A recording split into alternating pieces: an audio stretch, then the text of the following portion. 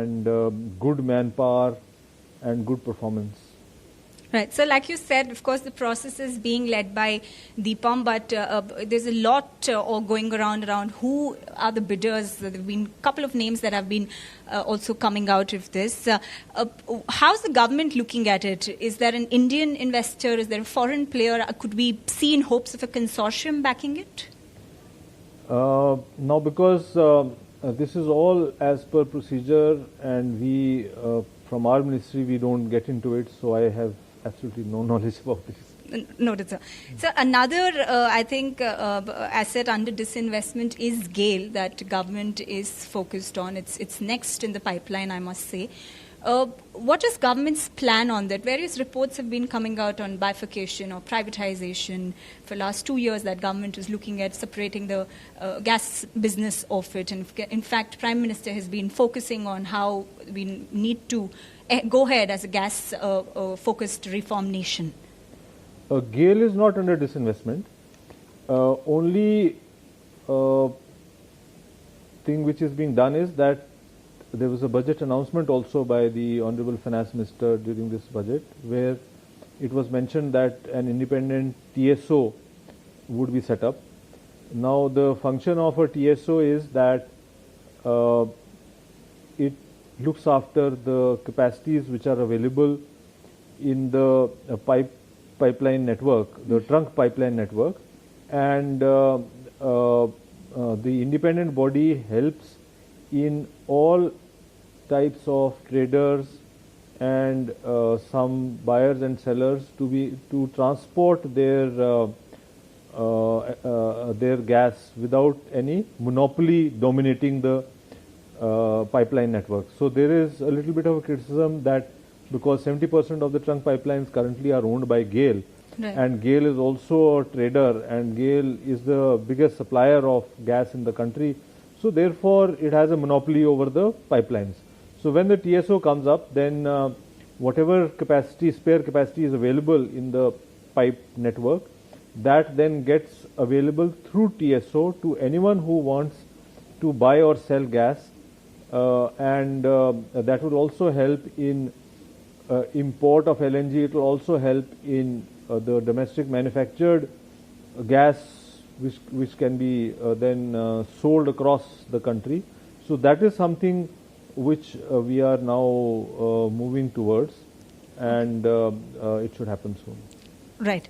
That should happen very soon. Yeah. All right. So also talking about ethanol, I think that's big on government's agenda. We are talking with, of course, petrol prices soaring high. That's a alternative that government is keenly looking at. Where is the process currently stuck? How is the government trying to pan out? Are we seeing any quick announcements that's coming in? E20 is here. Can we expect something beyond that also? So right now, we are blending petrol with 10% ethanol. This year, the petrol which is being sold is largely blended petrol only.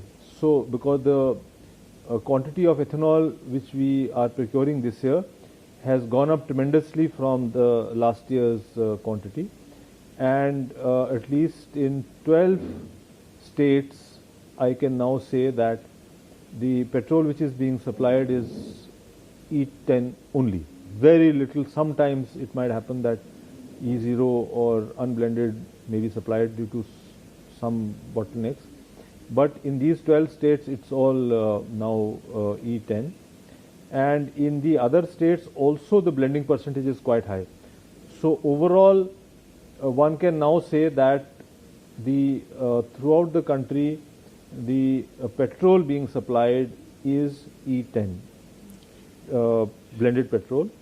The target is to go to E20, and the target which was given to us was that by 2030 we should have E20, but now the target has recently been revised by the Honorable Prime Minister, and therefore we will introduce E20 by 2024, and by 2025 it should be available across the country.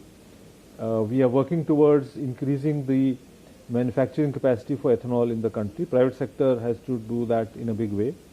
Now, this also opens up income source for the producers of food grains, because a lot of ethanol would now be manufactured from surplus or damaged food grain, and also the from the sugar industry. We already have most of the ethanol coming from the sugar industry, so there also capacities are likely to go up.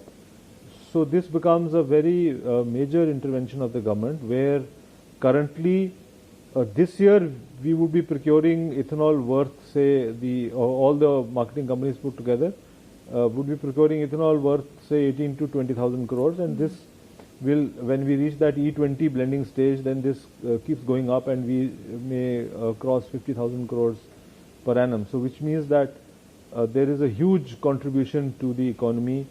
Every year that quantity is procured from something which is made within India, and which is also made from something which is connected with the agriculture sector.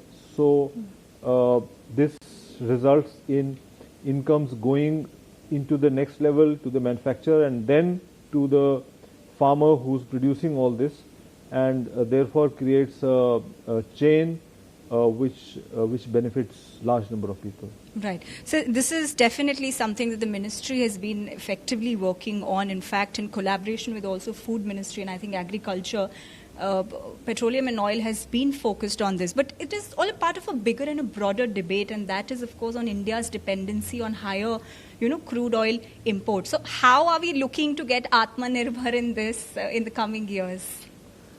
So now biofuels becomes a very major area for us. So if we are able to get into E20, then 20% of petrol is domestically produced, besides what is produced from the crude, which is from the Indian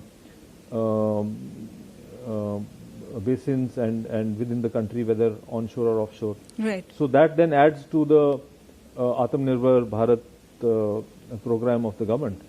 And then similarly we are also working towards compressed biogas. So that also becomes a very major area for us.